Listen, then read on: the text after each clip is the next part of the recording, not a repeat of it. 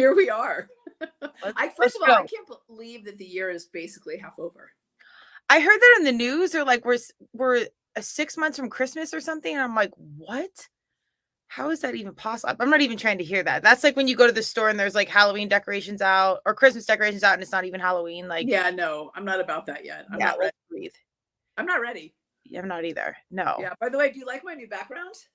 I do actually. I was gonna say, I had a sheet because I was covering a picture. I don't know why it's so like it's showing up as such a thing. But yes, yours looks awesome. What is that?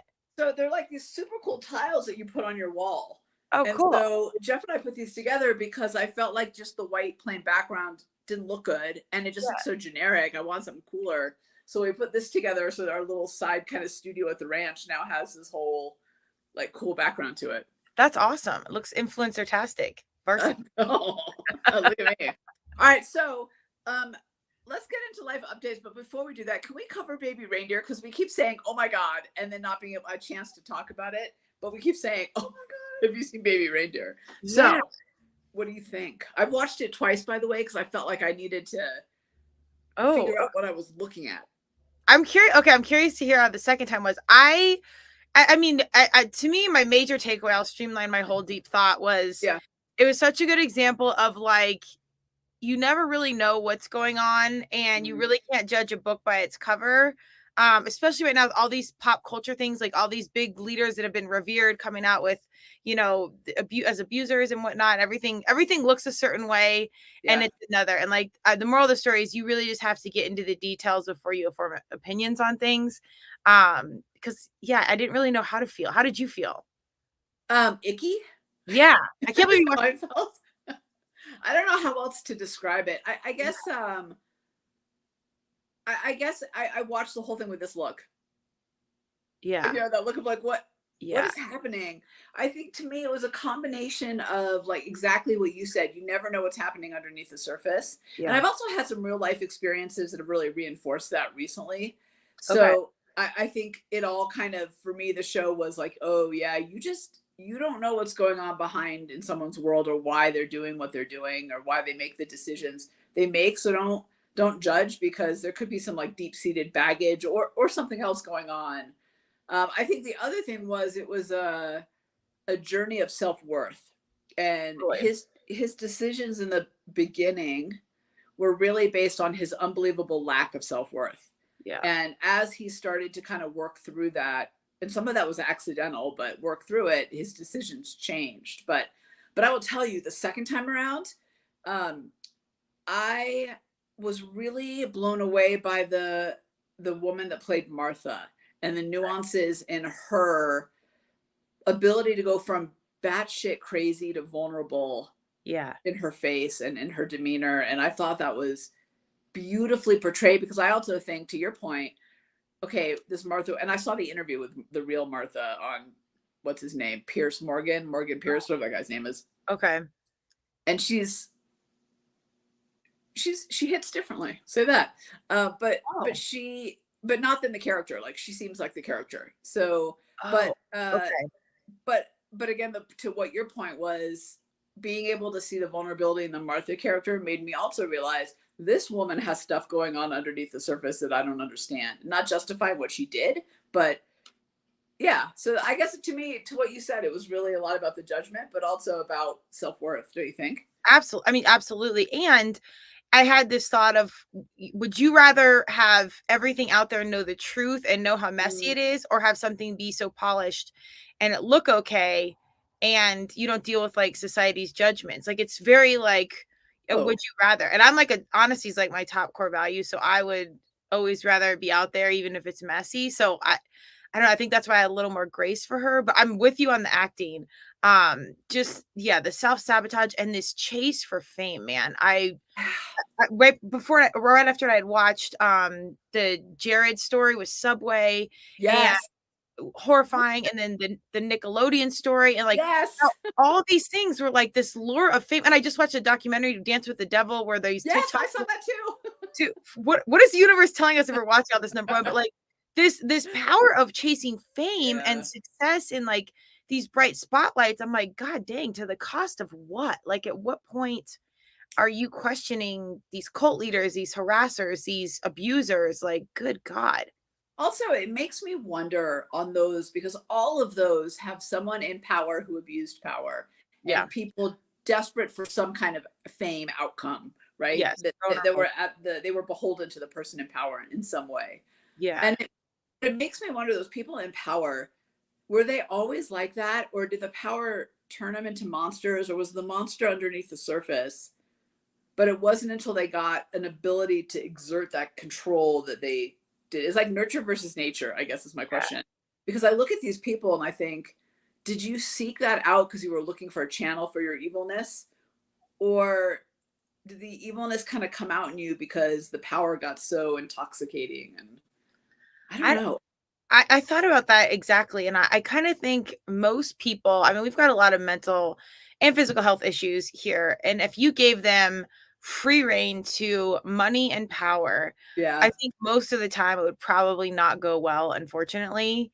Um, but then on the flip side, I'm like, well, God, why does God, Universe, Madonna grant all this power and money and opportunity to those that are so awful or can be potentially so ill-willed? And then I'm like, well, maybe that is within all of us. Like, I don't know. I went on this whole deep thought of, and then I was like, do I even want to be near that? Like, how far do I want this podcast to go if like this is what it is? Like, I'm a secure individual and I'm aware of what's going on, but I don't know. Things can shapeshift fast. Well, I heard somebody say once that power and money brings out what's already inside of you. So if you are deep down a generous person, Yeah. then you will be more generous when you have money and power. And if you are not, if you are a controlling, scarcity driven person, that's what will come out of you if you Yeah. have power. And maybe that just means there are more of us that are maybe on the spectrum of not as good people. Can. I don't know. I hope that's true because I have faith I'll do the right thing when that happens. But um, yeah, I don't know. Oh, the thing is, yeah, it wasn't just like abuse of power, like I'm gonna vote for what I want or do this or be a mean boss. It's like really dark, awful stuff. Like I don't Yeah. even know how you think of it. Like, Well, the oh Nickelodeon one was particularly bad, that one kiddo. yeah, It was horrifying. hard. And like what a perfect series of events because you think like where are the parents, what happened, and it was like a perfect series of events for like the worst thing to go down. And Jared, do you know how hard it is to be an international multi-million-dollar brand ambassador? Like like the odds of that are unreal, and they skyrocketed this horrible human to complete Yeah. like, infamy, like wild. Also, here's the other thing that blows me away. Maybe this is a little bit superficial, but I'm shocked at these people's willingness to pursue their uh, evil pursuits at the risk of what they've accomplished in life. So Yeah. sometimes I'm amazed that someone like that doesn't go, if I put myself out there and if I say these things and do these things, I'm putting at risk my career that I've built. And I know that sounds very selfish, but I'm sometimes blown away at their stupidity Yeah. and willingness to risk everything they have because of this fetish, this dark desire that they have that perhaps they could have found a healthier channel for. Yeah. Well, I think easy Well, come, easy go. I mean, like a fool and his gold are soon parted. My dad used to always say that because also inexperienced leadership, like any true great leader in my mind, in leadership and leading humans, having money, whatever, like, because usually when you have the money, you have the power. Uh, if you've never lost it on, you're not an experienced leader. I think that's why you see these young athletes with millions of dollars end up broke really fast. Like mm, anytime that happens, you know they're just not an experienced, I will say leader, but really just an experienced human. Like you haven't really experienced highs and lows and like ridden the roller coaster yet. So I think those kinds of people don't think the power is ever going to go away. Like I don't think they even oh, have the that's true. like to Yeah, know like they like, oh, I'm the best coach in the world. I'm the president. I'm this. Like I'll they have always I don't be. yeah, they have no idea that this can go away in a second. Whereas if you've had lived life and you've been to the top and then wiped out on the bottom, like I've certainly experienced that athletically and professionally, Yeah. you don't know. So until you have that experience, like you shouldn't really have the riches. So that's a really great point that I hadn't thought about. That they think they're infallible, and 100%. so yeah, so that's why they do the things they do. And in fact, frankly, for a lot of them, they get away with it for such a long time that there are no consequences until it comes crumbling down. And like the Totally. Nickelodeon guy's a great example of that. Epstein is a great example of that. Like, and apparently P Diddy might be a great example of that. So Yep. I think you're Wine. right about that. But going back Yeah. to kind of baby reindeer, I am very impressed with the guy who wrote it and started it, and it was his story, being able to actually honestly tell that story and tell it in a way that doesn't treat Martha like she is the worst person ever. Like she really, in that, you see all sides of her in a subtle way. But to be Yeah. able to share your story like that, to your point about honesty, I think is really hard and really impressive. I mean, I wouldn't want the world judging me for everything I'd been through, and he put it on Netflix. I know. I'm like, I don't, and then I mean, maybe fame was that important to him, or maybe it was about getting the story out. I don't know. Did you ever I hear don't him know. speak on his why or anything? So I have never heard him speak. So I don't know if this was like, cathartic for him, or he's still seeking fame. So that's why he did it. Or I have no idea. But I only saw the real Martha on, what's his name? Pierce Morgan. Is Yeah, that right? Pierce Morgan. Yeah, yeah, I'm yeah. not a super fan. No, I'm not. It came across my TikTok feed. I don't watch his Oh, show. okay. Um, Yeah. yeah. I I mean, It's wild. I think the ending though, I where it came full circle with his dad, I thought that was kind yeah. of like Uh, harmonious, and maybe that was the point of the entire thing. I mean, it like blended generations, it broke down stereotypes around not talking with family. Like to me, those are kind of like the heavy hitter takeaways more than anything. So I don't know. There, well, there was a lot though. it goes back to what you were saying though about you never know what's going on, because you would never guess that from his dad, and his mom knew. It wasn't like they'd been living with this their whole lives and you Right. didn't know it. So how many people out there are living with something, and they've either, I don't know if it's always an issue of choosing to hide it. I think sometimes people just, it's nobody's business. So they go, well, I don't need to lead with this story. It's not what makes me. Because you had said earlier, right? Because I'm with you, honesty is really important. Do I share my story and risk being judged? Or I guess another way to look at it might be, as long as I'm honest with myself and the people that need to know, does it matter if other people know or not? And if it gets out, and if I'm not hiding it, who cares? Right, right. And I think there's a subtle balance there. I have to bring this up, but I watched the Ashley Madison documentary. So did I. I know what we spend our free time doing. I was gonna say apparently we have more time than we think, but it was like 76 million humans on this, cheating website. And there was a great TED talk on infidelity that can change your mind, but go Google it, you can probably find it. Is that the Esther Pearl? I think so. Yeah, Yeah, it's been a while since I watched it. yeah, But it's wild to me that, cheating and all that aside, whatever your affliction is or your secret, it's when it came out, people, there's deaths or suicides. My thing is, like, even if you don't get caught, like, what are you living with? Where are so many people living this double life or carrying something so heavy that if people knew the truth, they would rather be dead? Like, yes, how many people are walking around? Like, we can do a lot with mental health and meditation and stuff, but like this clarity in our ability to make choice, and our understanding of what this choice is not only going to cost us but those around us, yeah, and to have that fortitude and just be like a momentary before you do it, like, is this worth it, and like, do I really want this? I'm no angel, but I don't know that it may really made me think of like, damn, what choices in life have I done where I yeah. you know I wouldn't, it would affect me so bad. And I mean, knock on wood, perhaps I do more searching. I couldn't think of anything. That being said, I'm not like an overshare, especially on social media and everything else, because it does affect other people. I don't know. It took me on this whole spin of what are people doing where like it'd be so bad where you wouldn't want to be here if people found out your truth. I agree. And I think you see those stories oftentimes in either cheating or financial fraud. Yeah. Yes. Yeah. You see them in both. I don't know. I think it's so I know someone who is carrying around some deep regret and some things this person did that they choose to continue to lie about and pretend didn't happen and weave stories. And here's what I will say about this person is you can see it all over his face. I He would is think so too. exhausted. The stress is eating away at him. And so he may not even be consciously thinking about it on a day-to-day basis. And frankly, he may believe his own lies at this point on the surface, but you can see it, right? You can see, I think it physically eats at you. Well, I mean, your emotional energy absolutely manifests. This could be a whole podcast into physical stuff. You'll get a heart Mhm. attack. You'll have, your throat can get sore from not using your voice, like all these things. I just don't know, like, if you're seeking this change or you do this thing that isn't like socially acceptable or family acceptable, it's like, is it worth like the rest of your life to carry that and not really be able to fully live? Like, I don't know, man. I feel like that's almost a worse jail cell than being called out and having to deal with it. Agreed. Um, and so back to the Baby Reindeer thing, like, I mean, whatever his motives were, it has to be freeing to at least just have it out there. And hopefully it facilitated conversations in other people's homes of like, man, this happened. It's not as bad as this, or it was as bad as this. Let's talk about it.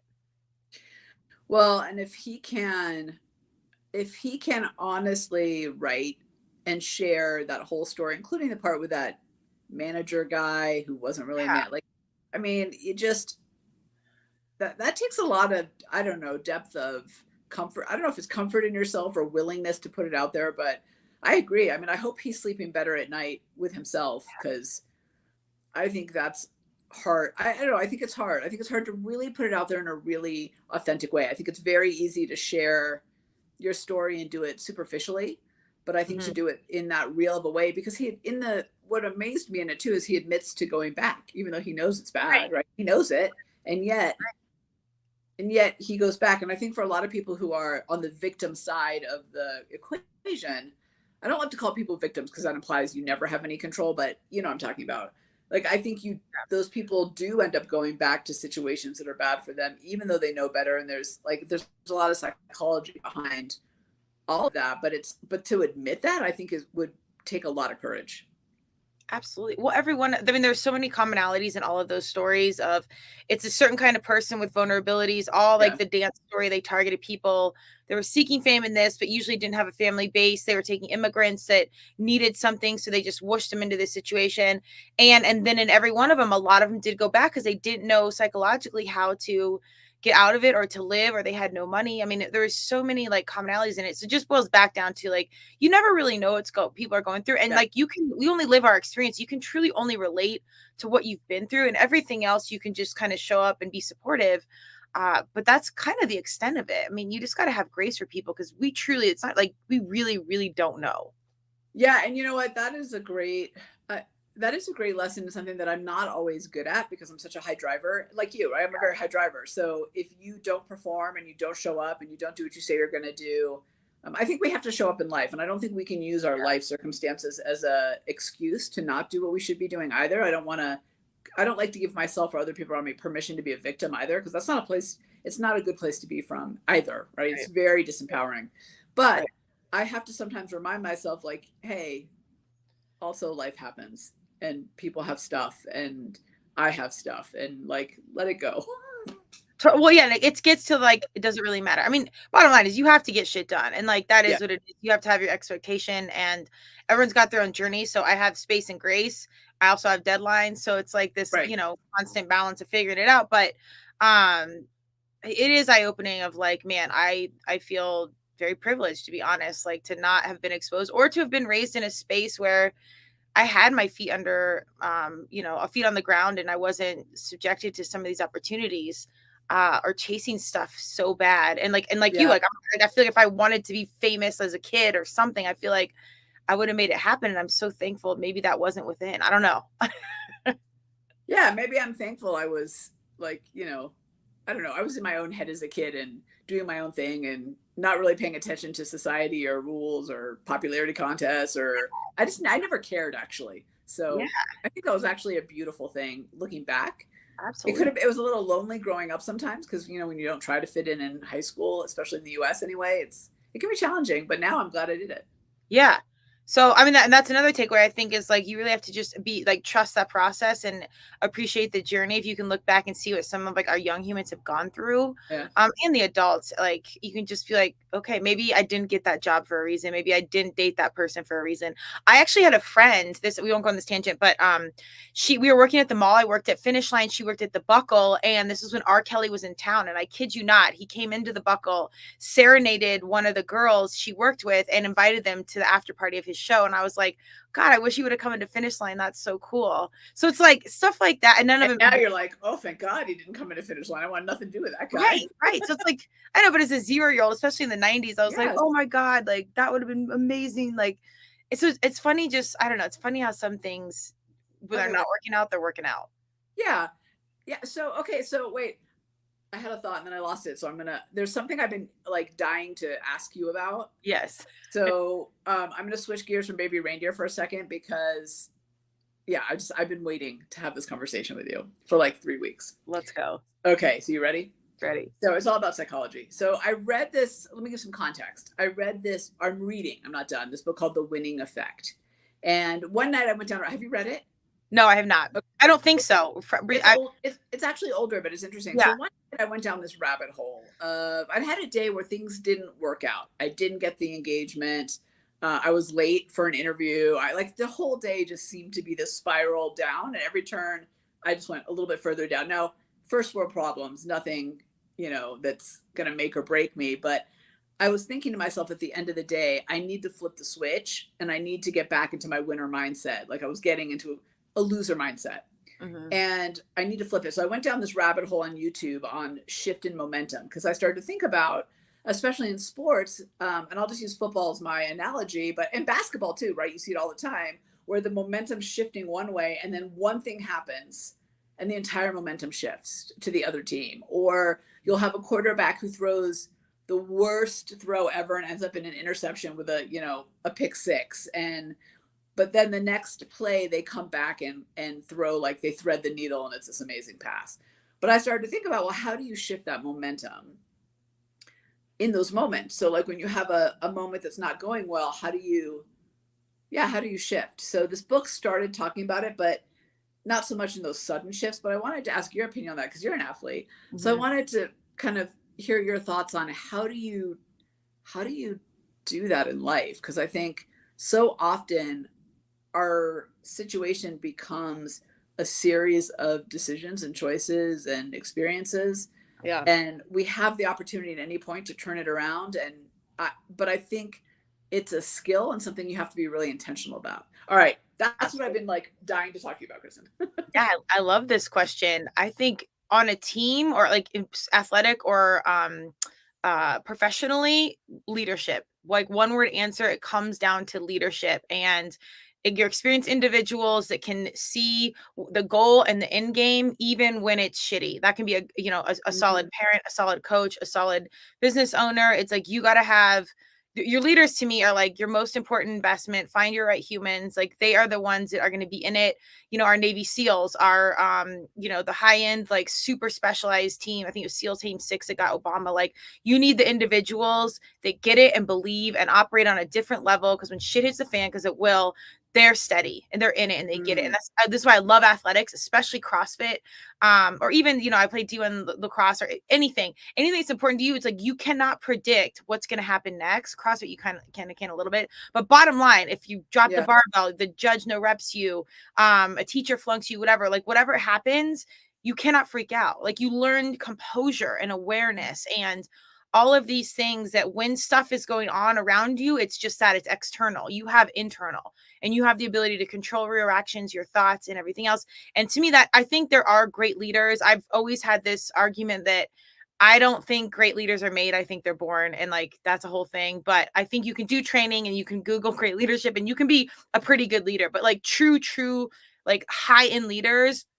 I think it's something within, and then they have to further build the skill around it. I don't think it is everybody. I do not think you can train to be one of those leaders. And that I could probably be argued to death with other people, but that's just my 411 there. So I think great leaders, you're out there, you're leading things, like sharpen your skills, but like super, super high end situations that are life or death or whatever, you got to have the right person and they got to shift it. In like an NFL game or something like that, I think it's the person, it's the huddle, it's the CEO that's saying like, I see this, here's what we're going to do. I got you. If this is personal, so shifting now to person, like as an individual athlete, again, I think this is why you can see some of our super successful athletes in high end moments. They've got it within them and they've got the Yeah. experience to pull it together and then execute or shift the whole energy, which is a whole other skill. But I think leading by example kind of is that. So as individuals, I think you need to expose yourself to hard situations. So when the bigger situations arise, you maintain composure and you have the ability to shift whatever is going on in that moment and foresee the outcome that you want to happen. So Okay. So no, this is so good. So I have two questions for you. Well, I have an aha and then a question. What you said just really shook up how I thought about it, Okay. which is I was thinking of it as internally, I'm spiraling down or I'm spiraling up. And what I'm hearing you say is it's really not about that. All that shit's external. You're doing what you need to do. And sometimes it works, sometimes it doesn't work, but your internal is not the chaos that's external. But Um, if you're experienced, correct. yeah, right, right. If you are the centered, calm person, trained person you need to be. Yeah. So I think if we're, let me extrapolate for a minute and tell me if this is right. If we are allowing those external circumstances to dictate the direction, then that's exactly what we're doing. We're allowing the external to decide Mhm. what happens next versus letting the internal decide what's happening next. So if I'm in a meeting and I'm trying to sell somebody something and it's not going well, like I'm headed downward, instead of just letting that control what happens, I'm internally deciding to drive the conversation in the direction I want it to go because I know the outcome. Okay. Or if I'm in sport, right? If I do a lift in CrossFit, if I do a clean and jerk and I don't lift it, right? I drop the barbell. That next lift, I'm back to focusing on the fundamentals and my form and not thinking about the lift before because that doesn't really determine what I'm doing right now. Is that right? Am I getting that right? 100%. And you got it, just like you were talking about Ashley Madison, you could see the negative energy all over the guy carrying the Yeah. secret. Same thing. If you're sitting in this doomsday, we're about to lose the game, I'm not going to close the sale. Da, da, da. I mean, it's tangible. And you don't see it until you've watched, like, again, back to sports, like game tape, or you get feedback from someone. Like, it's so hard to view our own selves, but how you feel is everything. But the bottom line is, to make it simple, you don't control these external things. What you can Right. control is your reaction. So in like, seals and all this, like, you stay steady, you do box breathing, you control your body and your mind. And to me, it's even across, like, I think, really good at suffering because I can numb Mm, out, because I know when pressure's on me, especially being a part, a team of 6 other or 5 other people, you're a team of 6. My biggest fear is I'm not going to be the one that lets us down. Like, I'm not going to be this. yeah. I have to be calm and figure it the fuck out. And, like, that's it. Like, it's a very, what can I do with what I have right now, and stay, like, relaxed. And even if you're not relaxed, like, you expose that, because as an athlete, if I saw someone freaking out on defense or they're throwing their hands, they miss the lift, this, I'm like, me on the offense, I'm like, yes. I'm like, I know they've lost it. I know Yeah. they're out of their mindset. Like, I'm going to fucking execute here because they're doing this whole drama thing and I'm right here. And, like, I might not have a lot, but I know I don't have that. So to me, like, composure and awareness is, like, the absolute baseline. And then everything else from there is, like, experience. But yeah, if something's going wrong, I mean, you don't control if someone's really going to buy. You don't control all Right. these things. But if you remain cool and they're looking at you and they're reading your reaction even more than they're aware, you stay calm and, like, stay in it, and, like, you make the choice as it comes, because you don't really know what's next. Like, you can't really, even if you're like, I'm gonna maneuver this, or I'm gonna close all this. Like, it's just like Right. athletics. I don't really know what's gonna happen next. So I feel like that's really freeing, Kristen, because I think I sometimes, as we're saying this, I have a control issue is what I'm really realizing because I think I can control my external environment too. Turns out I cannot. So Yeah. maybe that's my issue. But I just thank you for that because I've been dying to ask you about it because I've been reading this book about like what makes winners winners. Are they born? Is it created in moments? And it's actually a really fascinating book on the psychology. There's all these studies in it, but super interesting. But it just got me really thinking about life, how, and you see people who are winning, they keep winning. So what's that about? Like why do winners then seem like it's easier to win? Again, experience. I think in my highest peaks, to an athlete, we came out and played in Denver. I had my best game of my life. And then I came back, tore my ACL, and it was like the worst moment of my life. And I had to get back in it, and I just couldn't catch a rhythm. And I was young, and I had to figure out, how to fail and how to lose and not be the Mm, best player on the team, or not even really I was on the team, but not playing, and, like, all this stuff. But I really think it's a matter of reps. You have to know how to lose. Like, you got to be able to, like, be out there, like, see people see you as a loser, like, you lost this game, you let the mm, team down, like, you got to feel all that stuff, because I think all that drives you to that winning state. And if you can't get over that, you're probably not meant to compete. And, like, it's that simple. That's where I kind of think it's either within you or not, because you got to get past a few things to even get to the space where you can train to get to the next level. So, it's a bunch of reps around failure. And then when you can get to that success and you can believe it and you can get in a flow, and those missed shots, those things, coach yelling at you, you being taken off team, they don't throw you off like it did back in the day, because you know how Mm. to get back on. You've already been there, you've already lost, you've already felt like shit. Now you're like, okay, no, I got this. But like, I think it's that consistent internal belief that you are great, and then you got to show up and prove it, and you got to get those around you to believe. And then once that starts happening and it doesn't shake your confidence, I mean, Caitlin Clark, if you watch the WNBA, she misses a shitload of shots. But she's taken them. So, her percentages are still pretty freaking amazing, but she's taken a lot of shots. So, she knows in it, you can see like those last seconds, she's confident enough to like, yeah, I've missed 1,000, but I've also made, 2,000. And in the Mm. heat of it, I've made game winning shots. I've done this. I've been here. So like that success just compiles, and then your confidence compiles, and the people around you, that compiles. So I think it's hard to get in that flow, but like that in between space where you're pretty good, you come over this shit, but now you want to get to greatness. You just have to stay in it. And I think that does come down to self-belief. I think you just nailed it for me, Kristen, and probably for a lot of people who are watching today and will listen later I hope so. about. And I'm just going to go back to the throwing an interception and throwing a touchdown pass because that's just an easy example. But it's not. They don't get ass shooken up. Like I'm watching and I'm like, oh no, the momentum has shifted. But that quarterback or that team or that person is actually steady and focused, and that's why they made the next shot. And what I see is a momentum shift. What they see is they're doing their job.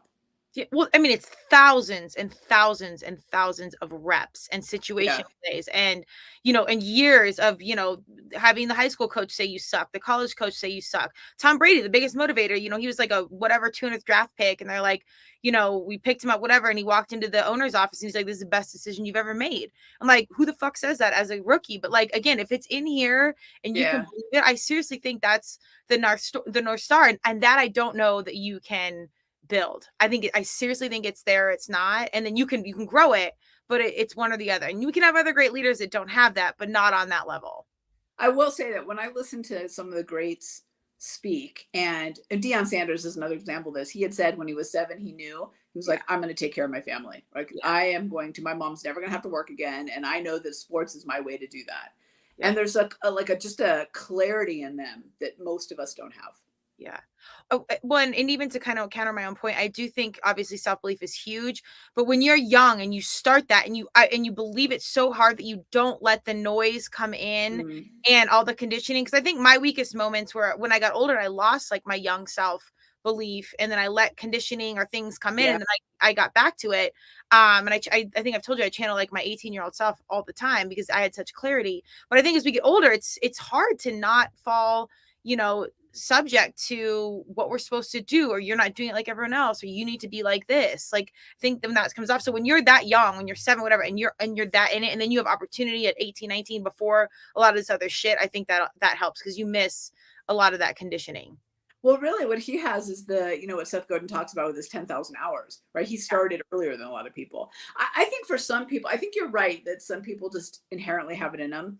I do think some people have it in them, but lost it, or it's cloudy for life circumstance, some reason or another, some life circumstance. And some people get it back and some don't. I think there's a lot of free will and choice, and Yeah. like being great is work. It's not like you just wake up great. Like Beyonce, I woke up like this. Like, you want to be the best. You're sacrificing almost everything in your life to be this one thing, and that's the reality of like anyone that's been close to the top of anything.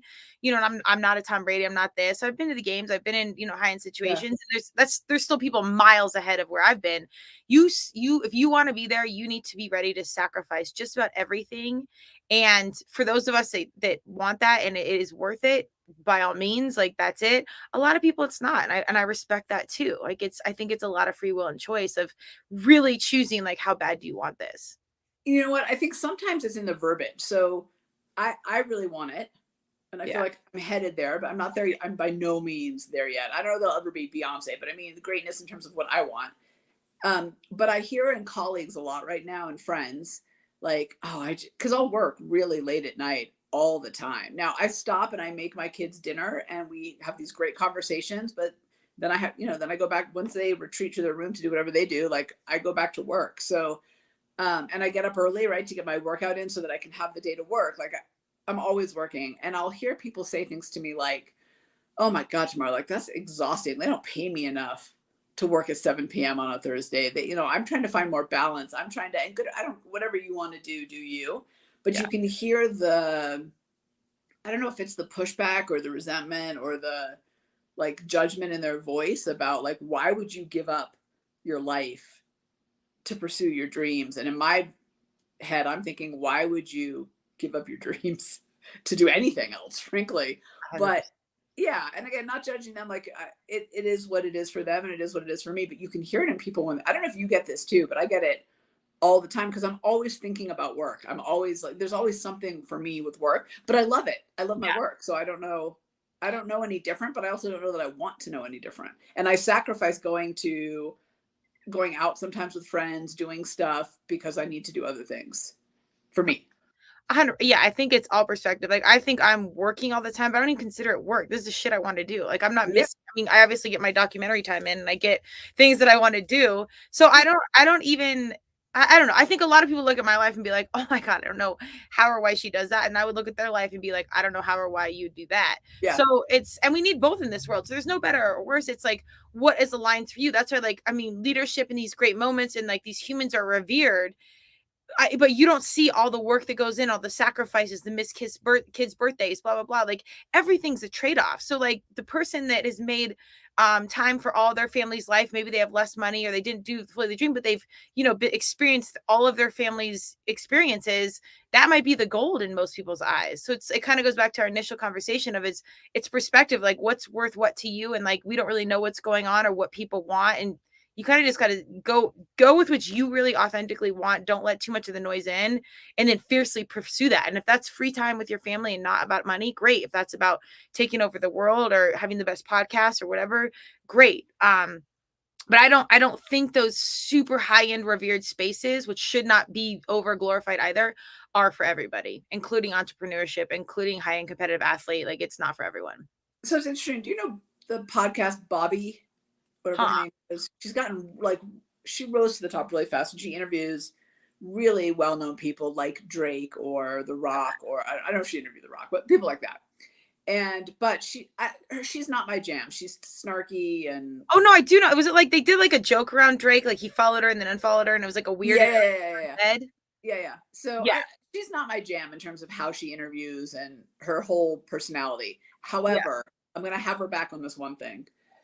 I was on TikTok and I was watching and I just kept she got so much flack because when she started the podcast or early on to the podcast, she missed her 1 year old's birthday party or birthday to go interview. I think it was Drake actually. But in okay, my head, I was thinking, hell yeah, I would miss a birthday party to do something that might completely change the trajectory of my career. Like, yeah, sorry, but I would totally do that.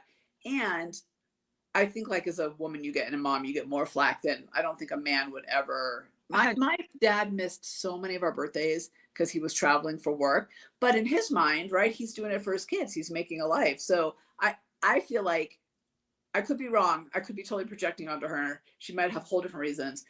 But if that were me, I'd be thinking, yes, because now I can financially take care of my kid as he or she gets older and I can provide the life I want to provide. So I just want to say to all those people out there, shame on you guys for shaming her for that. Like, yeah, it was a birthday. It's not the end of the world. yeah. Well, her paycheck might have paid for that birthday, so like everyone, go ahead and breathe through it. Yeah. And again, it's like you don't really know what's going on. It's like right back to our initial point. Is like, I mean, I so much of it. I mean, that Baby Reindeer literally made me think. Like, I really try and not judge, which we all judge to make things make sense in our own minds. But to just pull back and be like, okay, and just not get attached to much, because you never know the whole story. Yeah. But yeah, I absolutely, the women absolutely get judged differently than the men missing things for 100%. So yeah, always. I get judged a lot from the moms that my kids, one's in college now, but in high school, but in elementary and in middle school in particular, because I worked a lot. So I was at the things that mattered to them and mattered to me. Yeah, And I missed the things that in my mind was not as significant. And yeah. I got a lot of flack for that from my neighbors, but I never cared because I was like, you do you. I don't, I mean, whatever. if they have time to care, they need to do more things. Like, I think if you're worried about other people, I think that's a worse jail than being busy and missing other things. Like if you're sitting there wasting your life hours worried about what other people are doing, that's an imprisonment within itself. Well, that just goes to show that you have a hole in you somewhere that needs to be filled. Yeah, That's exactly. what. So I will tell you on a side note, real quick. I'm involved with this thing, and there's a person on this team that has recently flourished, went from kind of not really being involved, absentee person, to just taking the reins and being amazing. And somebody else gave me credit for that person stepping up. And they said, Tamara, I just got to tell you, I don't know what it is about your leadership that has really ignited this person, but kudos. And I had to really push back and say, listen, I got to tell you something. It actually wasn't me. It was this person. This person went through some life changes and they came to a place that was better for them. And it happened to coincide with when I stepped into leadership. But I thought it was so interesting that they gave me, I'm being a little bit around because I don't want to like put the person out in the public. This was not a story I think they want, like, you know, out there in the world necessarily. But I thought it was fascinating that this other person gave me credit for this person. And I knew the real story. So I knew that this person did what they needed to do to get their life moving forward. And I happened to be the beneficiary of that because I happened to lead the team at the same time. But, and I, you know, we could say, well, tomorrow you gave them the space, but that's fine. Totally. But really, that person did it. But I just thought it was fascinating because it goes to your whole thing earlier about external, right? Like, and people, so people are thinking that I'm talking, hopefully this is making sense, Kristen, because I feel like I'm talking in circles, but like people were giving me credit for this person stepping up their game. And I thought that was fascinating because it was all them. It wasn't me. Well, I think that's great that you did the right thing, but I'm sure you had a space in that process, or even just walking and leading by example in your own life as a strong woman of independence and entrepreneurship, like all the things. I don't doubt that was. So I do think you should take credit.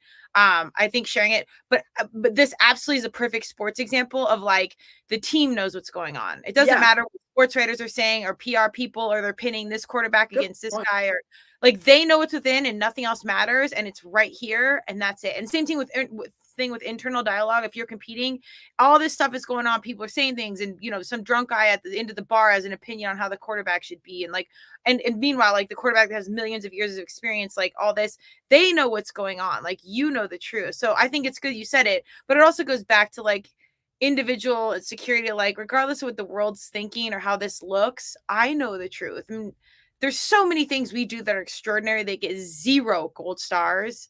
And like the really hard stuff. And then this other shit, like I got promoted and I put it on LinkedIn, you get 10,000 likes. Like, okay. But like, you got to know the real stuff, like really give your own gold stars when it matters.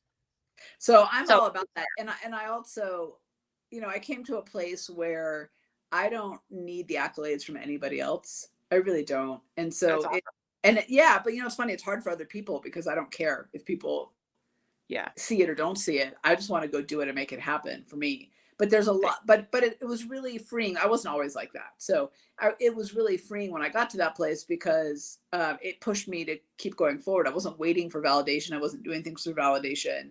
And it just, for anyone listening, just you are the one that matters. Nobody else matters. So just like give yourself, to your point, Kristen, give yourself the gold stars, give yourself the accolades. I bought myself a little new pickleball tennis skirt today as a little reward accomplished. So there you go. By the way, do you see my shirt? It says, I don't know if you can see it, NWAsis, straight out the kitchen. Hey, I love it. I love it. I'm about to become a pickleball competitor. I love this. I still am yet to play, but I think that's all. I mean, that is exactly what it is. And for any leader that knows how to let go, I genuinely think that's when greatness begins. Like 100%. You've got to fearlessly and fiercely be yourself and like just chase this thing, and like I'll put blinders on and like just be in it, because everything else is an absolute distraction. I've really tried to focus this on this lately, just getting off TV, getting off phone, getting off whatever, and like just staying completely in it as much as I can. You know, so I think I told you last time we talked that I started this whole digital detox, and it's been wonderful. And then recently, it was about a week ago now, I dropped my phone, so I can't open it. I can receive it. If you call me, I can answer it, but I can't get into my phone otherwise. So I know, but I get my texts on my whatever. I make it work. I got my iPad. It's fine. But what's been funny about it is I haven't had the ability to scroll. So I can't just, because to get on your iPad to open up Instagram, it's not the same, right? It's just Right. like while you're on your phone. And it's been really great because I can't, my screen time's down like 75% Oh my gosh. because I can't get on. Are you not going to fix it? I am fixing it. It's just, Oh, I have coverage through AT&T, which I'm sorry, AT&T, but you say suck. the truth. Yeah. They're like, oh, well, it's an inside screen issue. It's got that black dot. So there's some liquid issue, Oh, how I dropped it. So instead of the screen just being cracked, and they're like, well, that's not covered. That's going to cost. And I'm like, so go with Apple Care. If you have an iPhone, yeah. Apple's the best. AT&T sucks from that perspective. So Yeah, they anyway, so I'm getting it fixed, but out of principle, I'm not letting go how they're treating me because I don't, bad customer service, especially when you've been a customer for 15 years. Like, Oh, give me a break, like this is ridiculous. So anyway, it's I'm in a battle with AT&T. I just think it's funny as a marketing professional, branding for like the money you spend to acquire a customer versus take care of the ones you have blows my mind. Like blows my Right. mind. And what Take does it care of cost you to fix my iPhone 15? Really, a couple $100, maybe? Give me yeah. a break. You can't. Versus giving away a brand new phone to get a new customer. Like I don't understand. You already got them in the door. I have 3 lines on you, AT&T, between me and my 2 sons. 3 lines, 3 phones. Come on. That's So, ridiculous. oh no, I'm so frustrated. Hey, can we, before we run out of time, so actually, I'm all over the place today, as you can tell. I've had like 4 cups of coffee. I So was I know. So I love that we talked about the momentum stuff though, but I just want to say thank you because it really shifted how I think about it to the internal. And uh that's a whole different place to be in this world from than thinking about I have to shift the momentum.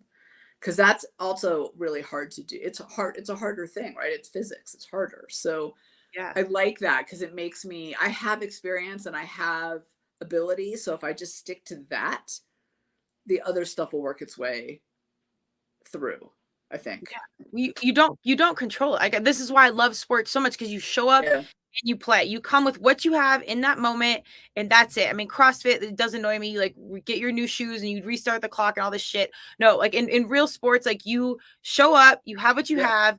You're not changing your outfit or your shoes or any BS. Like it's right there, and like that's it. And then you see what happens, and that's what makes it so fun. And like when Austin, when you can just let your mind be and you can get in flow and just play, that's when like the greatness happens. And that is, I mean, it's so cliche, but like that is truly life. And I love that you're even asking these questions because like while I know it's within, and this is like one of my things, I get separated from it. So like you have to get We all self. Yeah. So it's I don't know. So I'm glad you brought it up because it's good for me to even hear it back and question it. Well, and I just, when I look back at things, there are things that change the trajectory. I've had opportunities that have helped accelerate growth or success or put me in one place or another place or even behind or ahead. But at the end of the day, it's all those little actions that just over time add up. And like, so just to take it to CrossFit for a second, we did DT the other day, the Okay. Carowad. And so for those who don't, it's 5 rounds of 12 deadlifts, 9 hang cleans, and then 6 push jerks, which my push jerks are always just me just with my muscles. I always forget the jerk part of it, but yeah. But I was in a new class with new people who were super nice and they were cool. And in my head, I wanted to beat them because that's how like I, compete with myself. And so I put a little more weight on the bar than everybody else. That was step number 1. But here's the thing that I want to share is at first I was going really fast. And because I can go through power cleans and hang clean really fast. So, and you can use momentum on your side. So I was doing that. And then, but I was starting to get really winded. I was starting to slow down because I was going too quickly. And so I was like, no, Tamara, just focus on the form, focus on your form, focus on your lift, focus on like, the high elbows, focus on and when I started doing the focusing on the form and the technique, I started going faster without the effort. Where before I was expending too much effort, but I was burning myself out.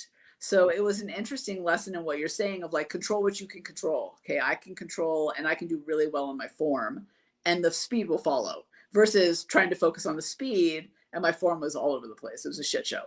Absolutely. Smooth is fast and composure is everything. Like just no matter what, keep your composure and keep yourself in a space to make a decision. So my fiance, this is the weirdest word to me. Every time I say it, I stumble. You can just say boo thing if that's easier. Mabu thing. He's my cowboy. He's out feeding cows as we speak, actually. I love it. My cowboy. He got shot once. They were duck hunting, and there was a drunk guy with him who shouldn't have been there. It was a friend of a friend, and it's great to hear him. We should have him on to tell the story at some point, because the point of the story is, so I guess in duck, you're like around a pond, but you're shooting like you're not at each other, right? You're in places where you're not going to shoot at each other. And this guy went to the bathroom, came back and was like shot directly at Jeff and hit him. And he had all these splinters all over. So he didn't, fortunately, it pierced his skin, but he had like a million layers on because it was cold, thank God. But what he shared about that story is he almost killed the guy, because he when that guy, he went running, he was so angry, he went running towards the guy, like brought up his gun that he had, pointed at him, and tells the story about it. He was like this far, right, one little hair trigger away from making a decision that would have ruined him for the rest of his life.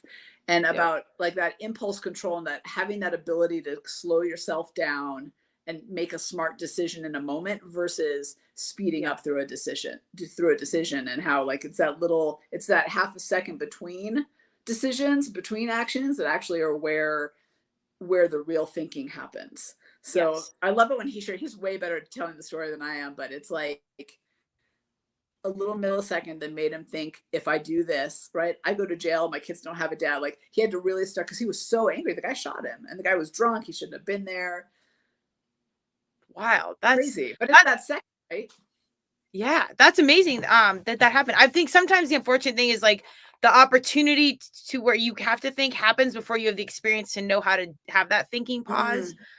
I think that's when things get a little bit hairy. And yet, I don't know his experience, but like he had the ability to have that pause, wherever he was at. And that's, especially in the heated reaction kind of situation, that's pretty remarkable.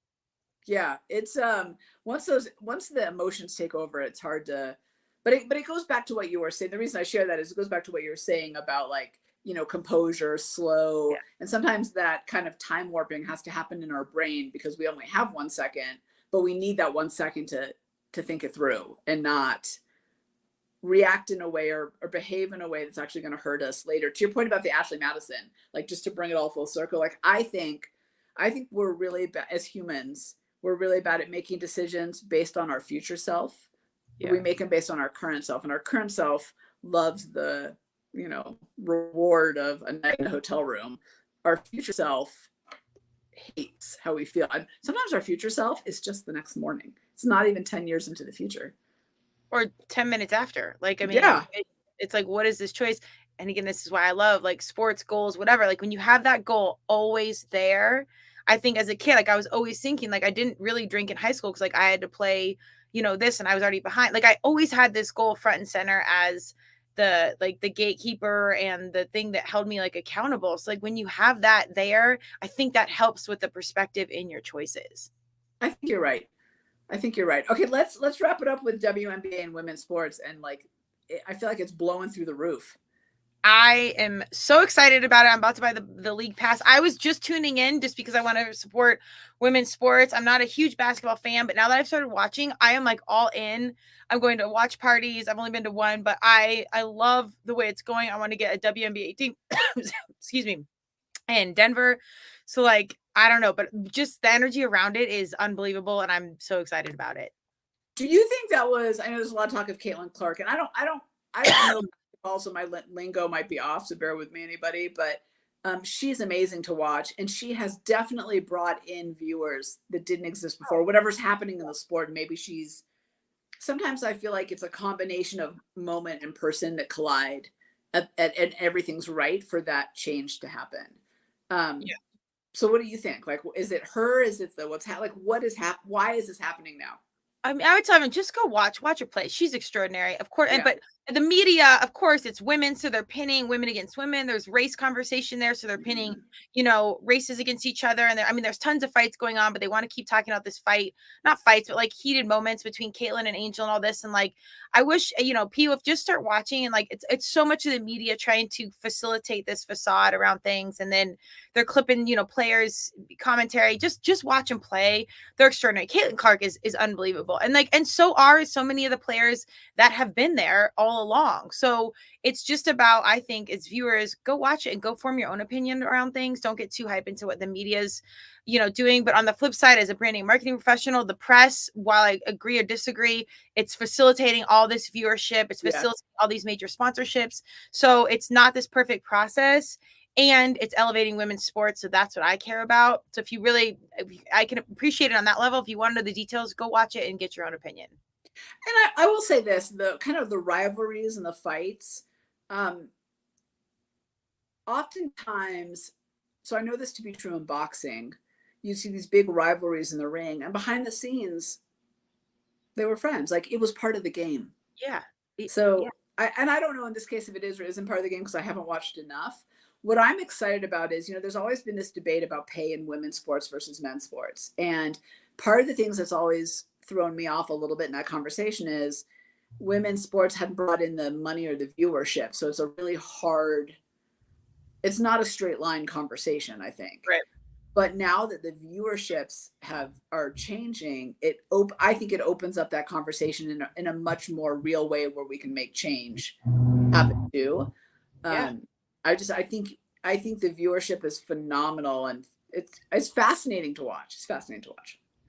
The level of play is awesome, and all the details around it, like the halftime shows, the mascots, everything's different than other professional sports, and more than anything, like I would say about the WNBA, these are like really varsity humans. Like there's really good women doing good things. Angel Reese just invested in a women's soccer team. So like these are really, I mean, their families there, their kids are there. This is not like regular professional sports where there's like babies' mamas just like in a whole section. And, there's arrest warrants on the weekend. I'm just going to call it how it is. Like, it's just different.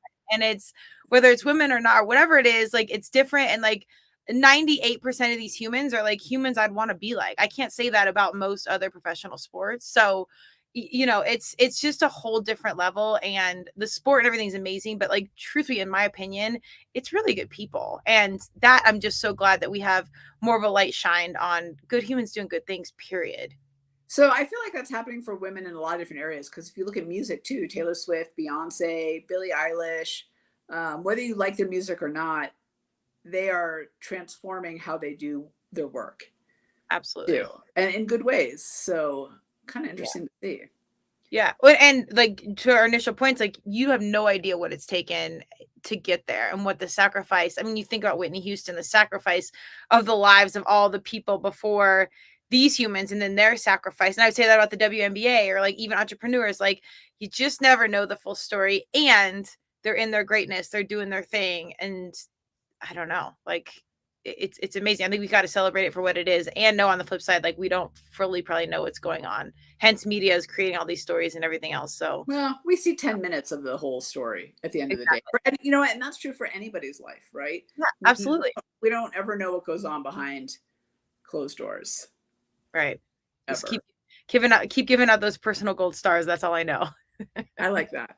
Oh my gosh. Okay. Well, I feel like there was other stuff we were going to cover. I wanted to cover the Tom Brady roast, but we'll cover that. Oh, well, I just got to say, Nikki Glaser for Women in Comedy. If anyone says that women aren't funny, she slayed it. Like it was no contest. Nailed it. She was the best out of all of them.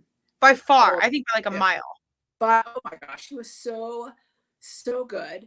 And what I found funny was, okay, here's what I found funny. So I'm not anti Tom Brady. I think he's the best of the best. And I think he has sacrificed a lot, to your point earlier, to be that. And I think maybe should have retired the first time. But all that aside, I think he's one of the greats in football and in leadership. And, he stands alone in that way.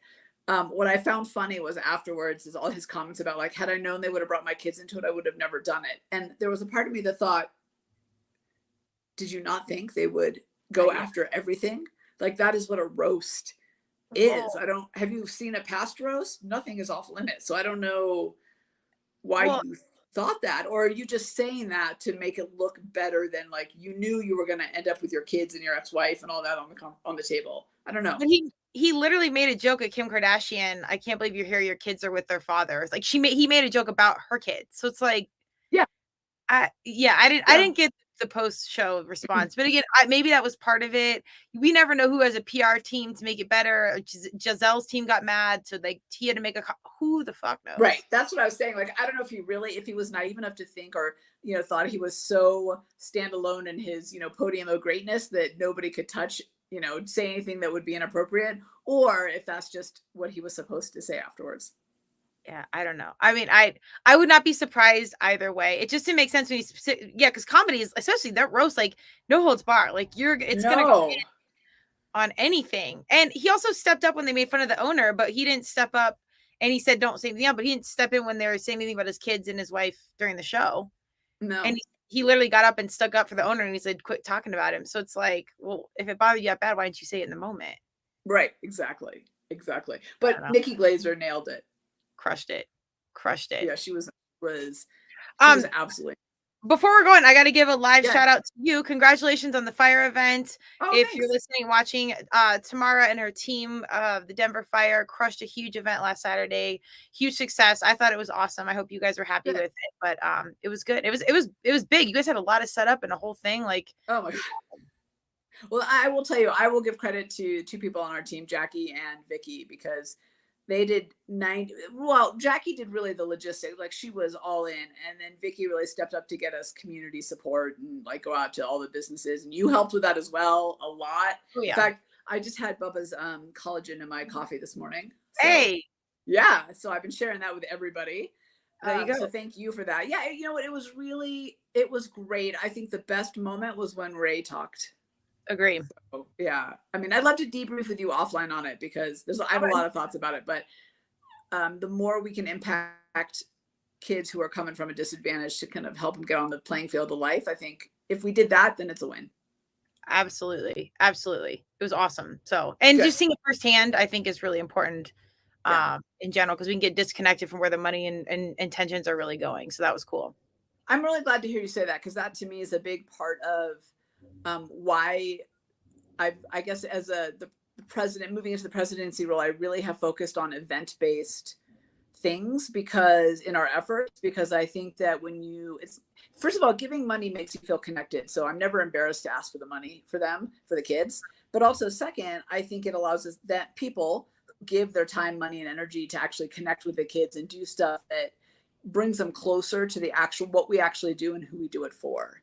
So, it was good. And I will tell you, the only other thing I'll say is online so my kids were there, my boys, and, they're both teenagers, and it was fascinating to hear them talk about it afterwards, after hearing both of the Fire kids speak. So one of them being the alumni and one of them still being in the heart of the program. And my kids, first of all, what Ray said about redefining discipline and self-love stuck with them totally. And they said, but what was interesting is like the other kiddo who spoke, who we couldn't take video of, they were saying how they could see that he had a rough background in the way he carried himself and that he was working so hard to push through. And they don't have that in their lives, right? For all intents and purposes, they've got it pretty damn good. So, we've all had our shit, but they don't have it like that. So that's huge. It was good for them to see that. Well, and that's why, like, I know everyone's like, raise money and how many people or what do we get, whatever. But like, there's so many things you can't measure that are so impactful, and there's such a ripple effect on that. Like in that experience, getting the right people together to talk about the right message, impactful in the right way. Like, there's so many things you cannot measure that are like deeply, deeply impactful. So that's awesome. I'm glad you got like validation in that in some capacity. Yeah, good. All right, well, we'll be back next month with a whole nother list of things. We got to keep our notes so we don't forget. Like, we forgot. I know. We talk about what we need to talk about. I think it's all right. Yeah. Okay, I'm going to go off. All right.